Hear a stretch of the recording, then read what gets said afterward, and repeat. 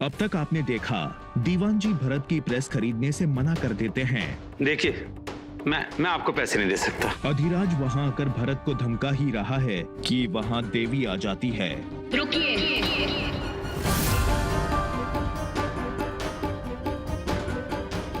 मैं तुमसे शादी करने के लिए तैयार हूँ अधिराज रजावत। अधिराज और देवी के बीच इस जंग में आखिर किसकी होगी जीत, देखते रहिए।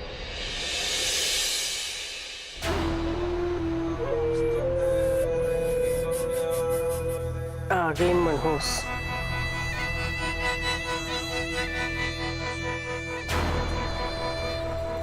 जय भोले मासा। अरे लाडे सर, विजयी हो। हमारे लिए खुशखबरी लाया हूँ मासा। उस छोरी ने इतना तोड़ दियो है कि वो खुद दौड़ी चली आई हमारे पास अपना ब्याह की हाँ करने के लिए।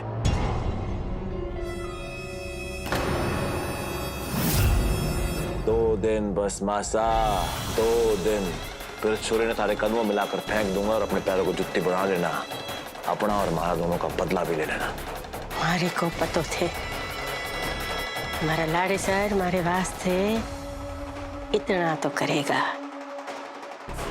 छोरे की हाँ ना के फर्क पड़े है तने, बस तो हर एक घाव के दुख का बदला लेना पड़ेगा उस छोरी ने।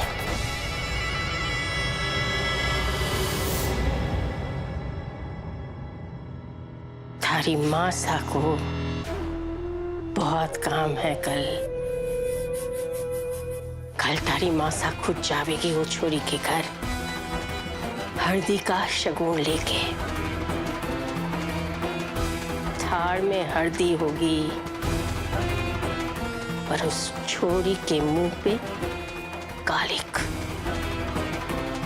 चलो सब, बहुत काम है। नहीं मासा। तू भी तैयार है? जी।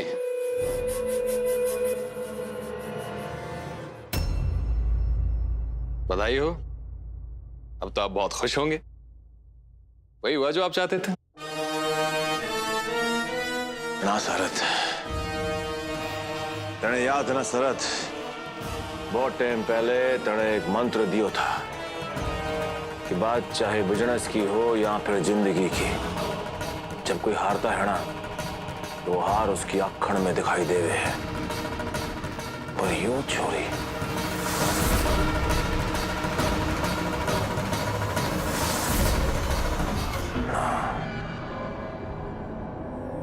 हार इसकी अखड़ में ना दिखाई दे। मैंने कुछ तो है जो मैंने पढ़ा नहीं,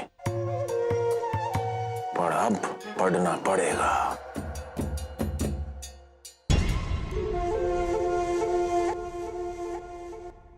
क्या जरूरत है हमसे कुछ पूछने की या हमें कुछ बताने की? अब तो तुम बहुत बड़ी हो गई हो ना, अपने फैसले खुद ले सकती हो। अब छोटे का गुस्सा का क्या काम? क्या तुम्हें पता तुम क्या करने जा रही हो? पता भी है तुम्हें? अरे मैंने कहा था ना हम कुछ ना कुछ जरूर कर लेंगे, कुछ ना कुछ हो जाएगा। अपने काकूसा पे भरोसा नहीं रहा क्या तुम्हें? ये काकोसा ऐसी बात नहीं है। ऐसा क्या हुआ? आप बिट्टो पर इतना क्यों चिल्ला रहे हैं? चिल्लाओ नहीं तो क्या करूं, उसने काम ही ऐसा किया है। क्या हुआ? ये लड़की उस गुंडे के साथ शादी के लिए हाँ कह के आई है। बिट्टो तू? तुम्हें नहीं बताया इसने? तुम्हें भी नहीं बताया? हम में से किसी को नहीं बताया इसने। वहां पर वो गुंडा इस पर चिल्लाता रहा कि इसकी जिंदगी हराम कर देगा और ये सर झुकाकर सब कुछ सुनती रही। अरे मैं तो इसे समझा भी नहीं पाया। अब तुम लोग कोशिश करके देख लो। देवी ये सब क्या है? क्यों अपने आप को जानबूझकर उस नरक में भेज रही हो? 2 दिन बाद वो शादी के लिए बोल के गया है। वो क्या करेगा? और आप देखिए ना, वो हमारी देवी के साथ। आप सब प्लीज परेशान मत होइए, मेरी बात सुनिए। क्या सुने? सुनने के लिए कुछ भी बाकी नहीं रहा अभी। 1 मिनट छोटे काकूसा, मैंने ये डिसीजन बहुत ही सोच समझ कर लिया है। अब वही होगा जो मैं चाहती हूँ। वो ऐसा ही शादी के लिए मैंने हाँ कही है, पर बहुत बड़ा मकसद था उसके पीछे। अधिराज को हमेशा हमेशा के लिए हम सबकी जिंदगी से दूर करना, और वो मकसद पूरा होगा।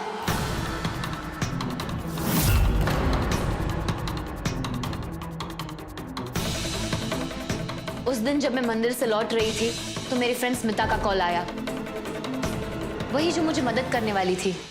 उसने और मैंने मिलकर एक प्लान बनाया। अच्छा सुन, मैंने ना चाचा जी से बात कर ली है, वही जो एमएलए हैं। उनका पुलिस में रुतबा काफी अच्छा है, तो तू एक काम करना, मैं स्पीकर ऑन कर रही हूँ, तो डायरेक्ट उनसे बात कर लेना, ठीक है? चाचा जी, देवी। हेलो जी अंकल, नमस्ते। नमस्ते। अरे मेरे होते हुए तुम्हें चिंता करने की कोई जरूरत नहीं है। पुलिस में एक बहुत ही खास ऑफिसर है हमारा, मैं उसको भेज देता हूँ, वो खुद जाकर तुम्हारा केस सॉल्व कर देगा। लेकिन उसके सुजानगढ़ पहुँचने से पहले तक लड़के या उसके परिवार के किसी भी सदस्य को ये पता नहीं चलना चाहिए कि तुम्हारी मदद हो रही है। और उसी प्लान की वजह से उस राक्षस को शादी के लिए मुझे हाँ कहना पड़ा। वाह, कितना बड़ा काम कर दिया तूने देवी। हमसे एक बार बात करना भी जरूरी नहीं समझा? बेटा तुझे क्या लगता है ये सब इतना आसान है कि एक आदमी बाहर से आएगा और उस गुंडे का खेल खत्म? अरे तू शादी के लिए इतना बड़ा मुंह खोल के आई है। अरे वो पुलिस वाला सरकारी ड्यूटी पे नहीं आ रहा है यहाँ पर, वो तो उस एमएलए पे एहसान कर रहा है। लेकिन अगर उसके बीच में ड्यूटी आ गई तो उसे सबसे पहले अपनी ड्यूटी पर जाना पड़ेगा। देवी बेटा, अपनी जिंदगी के लिए तूने बहुत बड़ा खतरा मोल लिया है। तुझे देवी माँ पे बहुत भरोसा है ना? अब देवी माँ से प्रार्थना कर कि सब कुछ ठीक हो जाए, क्योंकि अगर ये शादी हो गई ना तो मैं अपनी फूल सी बच्ची को उस राक्षस के हाथों से कैसे बचाऊंगा, मुझे पता नहीं।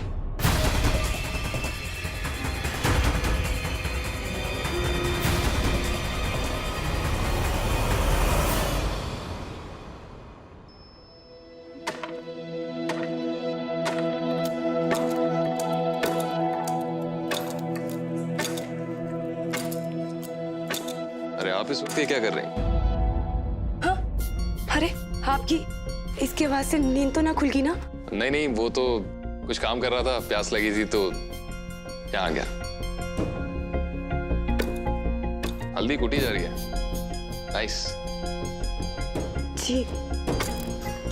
शादी से कोई खुश नहीं है ना? किसी को रस्मों की भी परवाह नहीं, लेकिन मैं हमेशा आपको देखता हूँ तैयारी करते हुए, पहले वो मेहंदी और अब ये हल्दी। क्यों तुम्हारो धर्म है। ऐसा मत बोलिएगा, ऐसा मत बोलिएगा प्लीज। कितनी अच्छी लगती है आप ऐसे मुस्कुराती हुई, ऐसे ही हंसती रहा करिए, खिलखिलाती रहा करिए, बहुत अच्छी लगती है।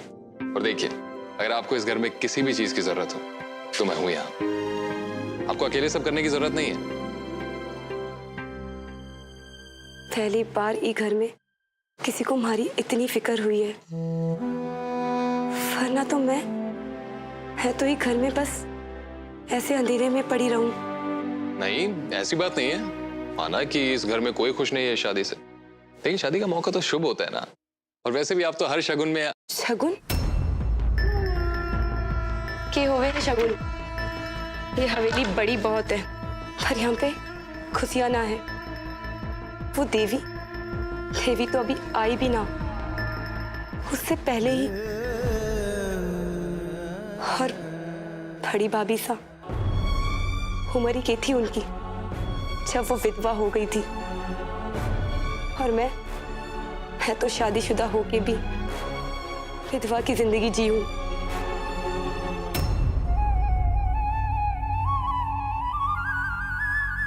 रात बहुत हो गई है, मणे जाना है।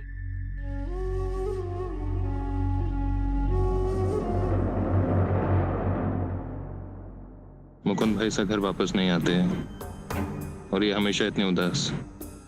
आखिर क्या हुआ इन दोनों के बीच?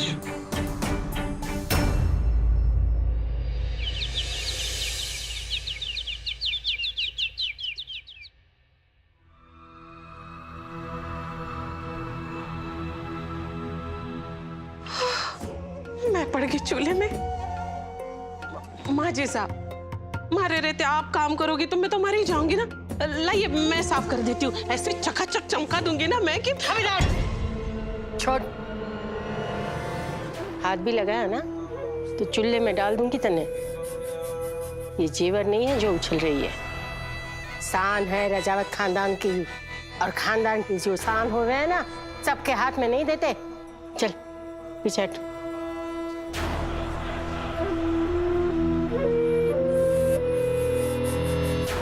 जय बोले। विजय हो। कमगणी मासा। अरे शरद, वो प्रीतमपुर वाली जमीन का क्या हुआ?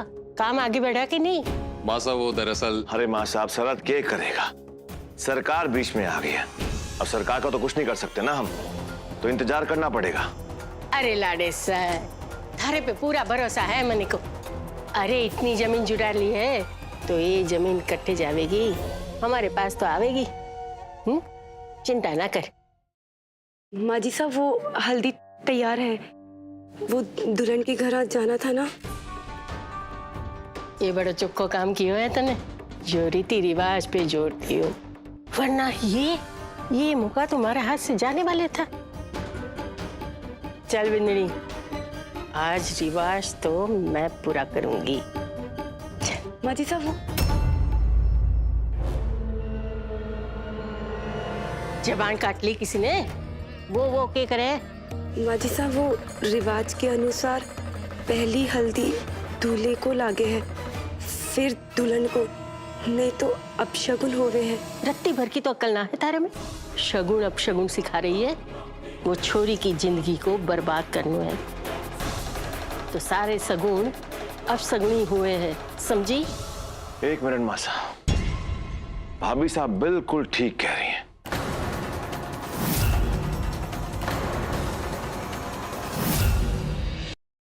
अब सगुन तो हमारे को भी चाहिए, ताकि हमारे इरादों में भी हमारी जीत हो। तो चलो लगा दो हल्दी।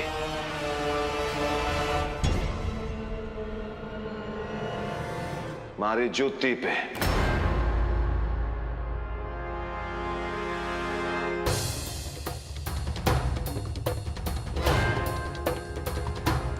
अब अगर ब्याह हमारी जूती से हो रहा है तो फिर हल्दी भी तो हमारी जूती पे लगेगी ना।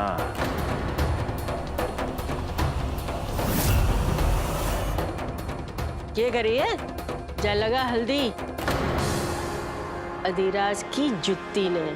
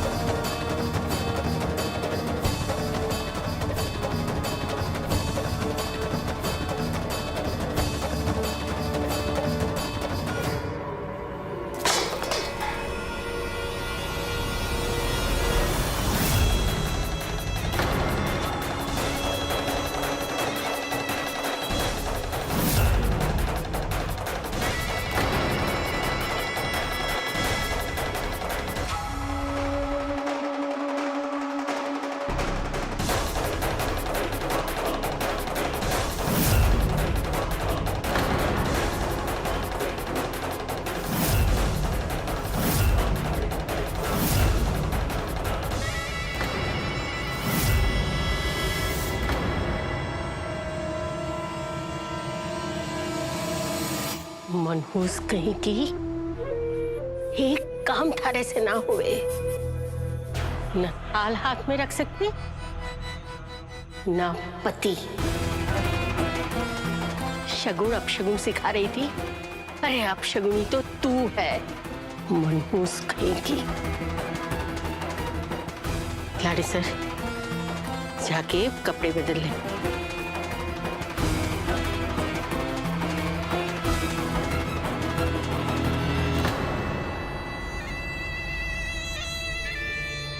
अब खड़ी के है? जाके बची हुई हल्दी ले आ।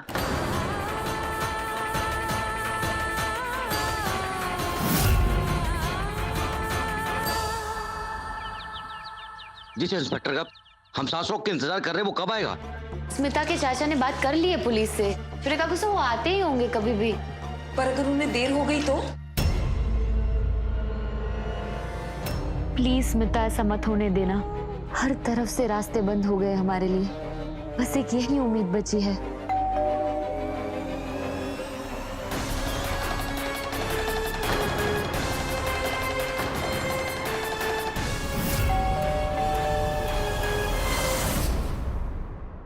रुक जा, शायद वो इंस्पेक्टर। मैं देखती हूँ।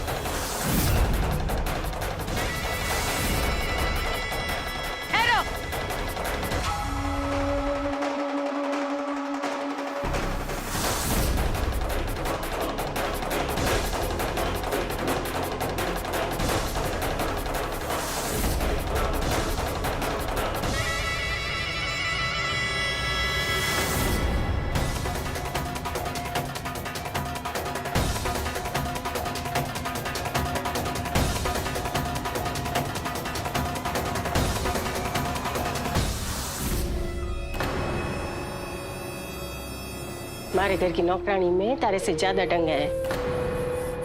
वो अपने झोपड़े में बिठावे है, पानी देवे है। ये झोपड़ा तो है पर तारे में ढंग ना है। अपने होने वाली दुश्मन समधन का ऐसे स्वागत करोगी के?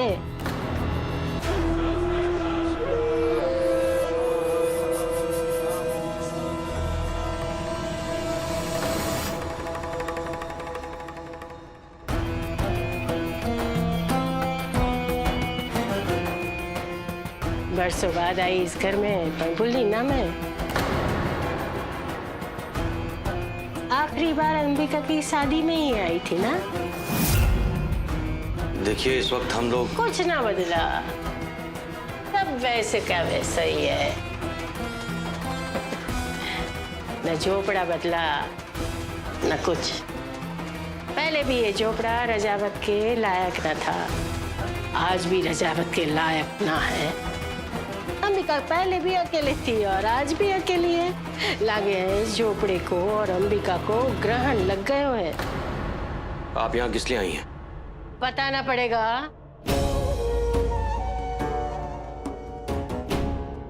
छोरी अठ्या, बिंदनी तू ना।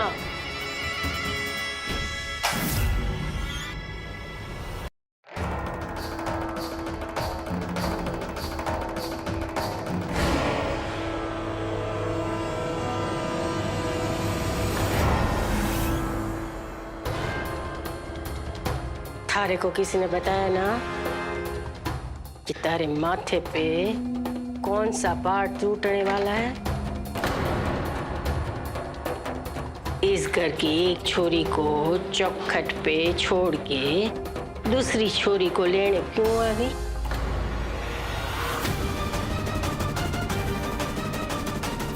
इस घर की एक छोरी का जीवन तो पहले ही बर्बाद कर दिया मैंने। शादी के मंडप से उठा लियो तारी बुआ सा ने, जिस पे थूकती है ना उसका घर फिर से न बसे।